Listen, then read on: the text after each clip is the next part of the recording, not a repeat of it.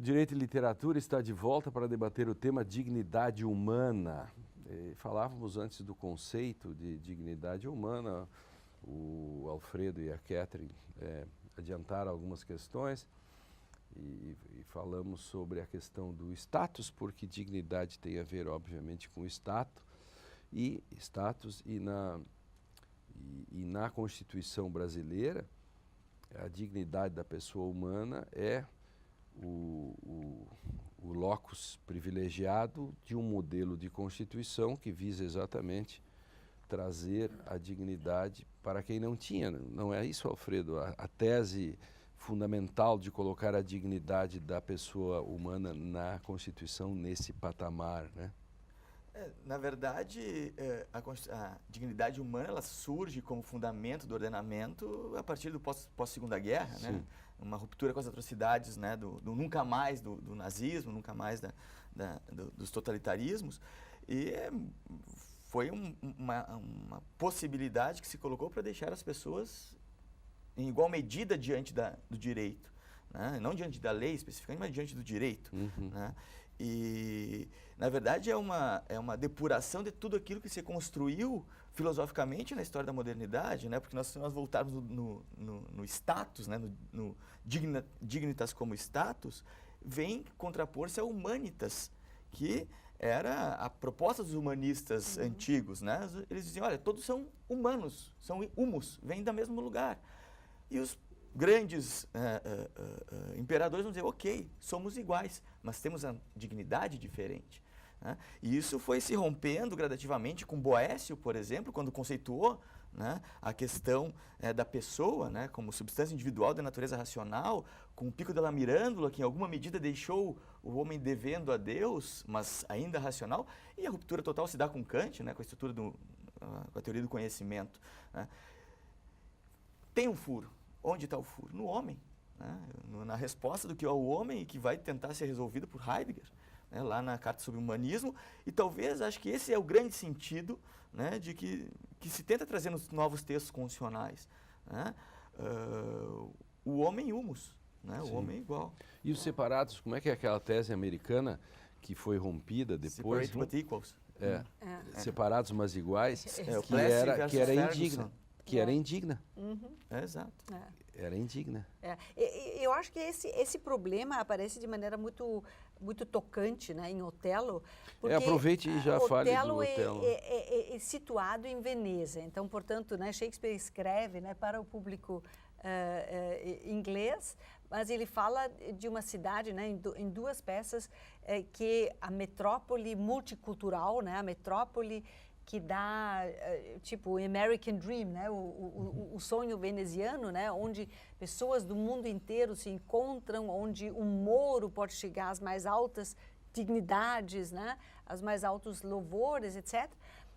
E no qual é até possível, né, que uma moça patrícia, como Desdémona, né, se apaixone e case com esse Moro.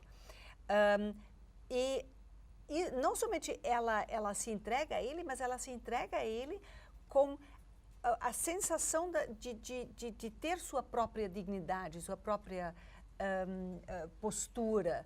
Então, isso fica muito lindamente exposto, né, na cena diante do conselho veneziano, onde o pai da Desdémona acusa, né, o Otelo de ter raptado a filha, né, e os dois se defendem da maneira mais honrada, mais digna, de forma que o pai, Patrício, parece assim um mesquinho, etc. Então tem toda uma inversão de papéis. Mas depois, né, vem essa coisa que nós vimos já de maneira mais escrachada, né, no Feliz Ano Novo, né, o retorno do recalcado, né, de certa forma tem alguma coisa do ressentimento oculto, né, que vai se manifestar através desse alter ego que do próprio Otelo, né, é o Iago. Então o Iago vai envenenar todos os espíritos e vai gotejar esse veneno que no fundo o Otelo é como um animal, né? Ele monta a potranca assim na linguagem mais chula, né?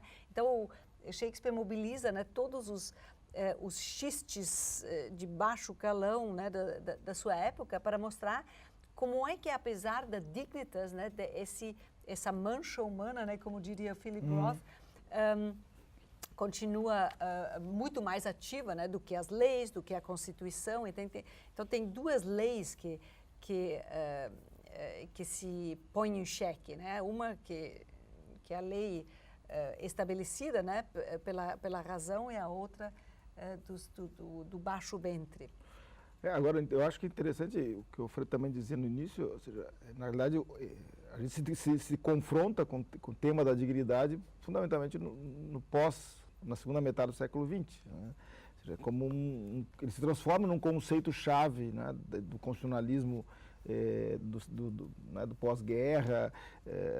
Talvez ele seja o exemplo arquetípico do próprio Estado democrático de direito. Né? Ou seja, o Estado democrático de direito se funda na ideia da dignidade. Como um grande projeto, né, de fazer vamos dizer assim, de produzir essa inversão, ou seja, a dignidade deixar de ser algo, né, que diferencia, mas a dignidade para ser algo que iguala, né, ou seja, que você transforma a realidade das pessoas. Né. Agora, eu acho que o que parece que, quando nós operamos no âmbito desse Estado social, do Estado democrático de direito, essa dignidade está muito ligada a ter alguma coisa, né? Ter direitos, sobretudo, ter direitos sociais, fundamentalmente. A gente se fala muito, né, dignidade do acesso, ou seja, a redução das desigualdades, né, do acesso à moradia, do acesso à saúde. Posso te interromper um minutinho? Eu acho interessante, né, que esse surgimento da dignidade, depois do fracasso da noção da Revolução Francesa da fraternidade, né, que como se durante um século houve o experimento, né, com a igualdade através da fraternidade, que ainda é um conceito muito ligado à mentalidade cristã, né? E depois vem um conceito muito mais abstrato, né, que recupera, aliás, de maneira escondida, né, essa pecha, né, dos imperadores romanos, né? Mas aí eu quero provocar vocês, então, a partir do que a Catherine disse, Bolzan e Alfredo. O fracasso da fraternidade,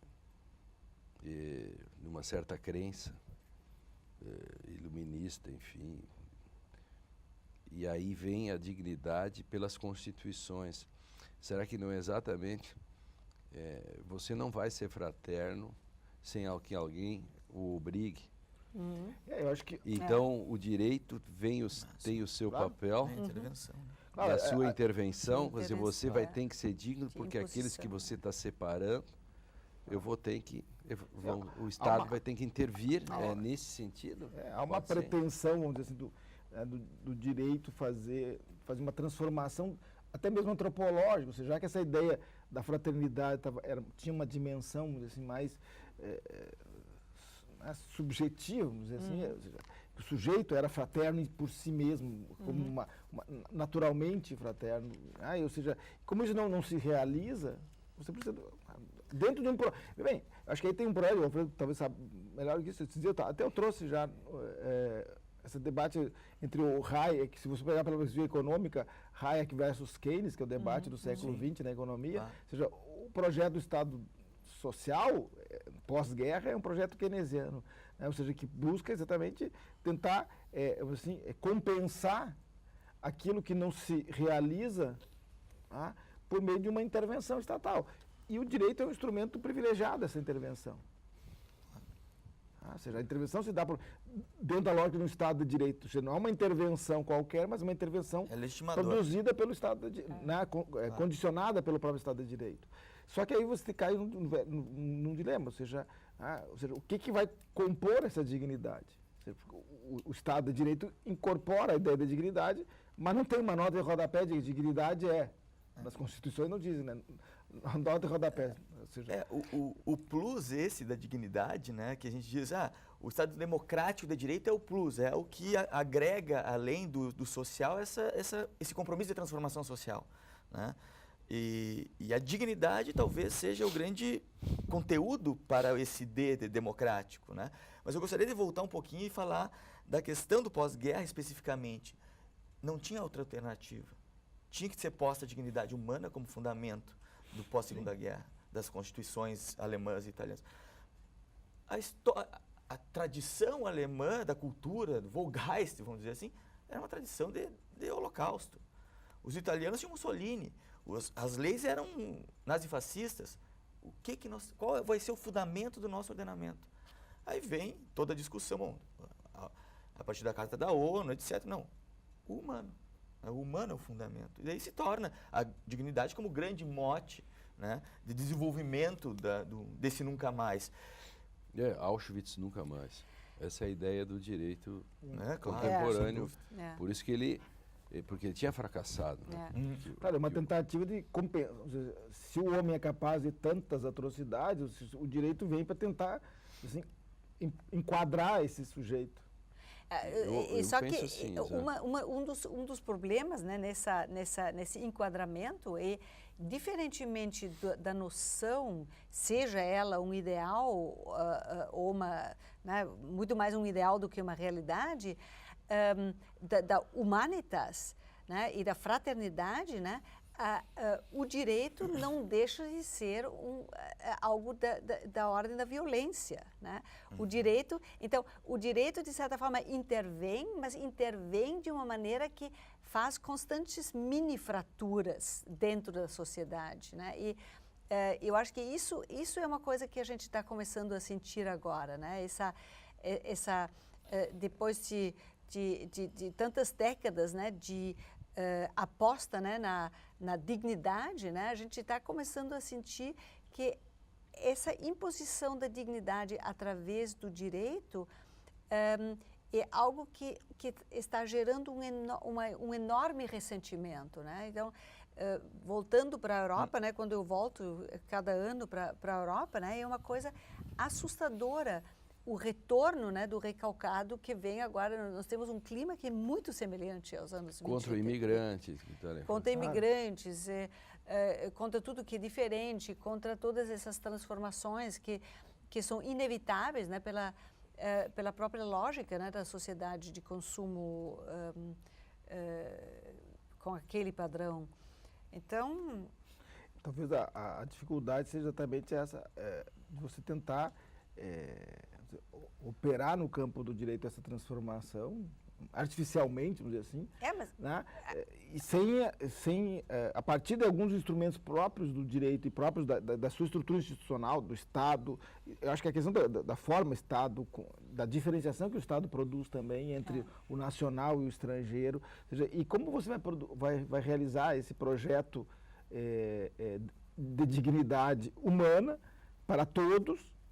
A ideia do Estado Democrático de Direito, ele na realidade, ele não se direciona apenas aos nacionais ou aos locais, ele incorpora essa dimensão transcendente, mas dentro da própria dimensão estatal. E aí, aliás, uma pergunta para vocês que são juristas. Pode deixar a pergunta para o terceiro Tá. bloco, porque o Direito e Literatura tem que ir para o intervalo e na volta a gente vai tentar responder a pergunta que a Catherine vai fazer. A gente já volta.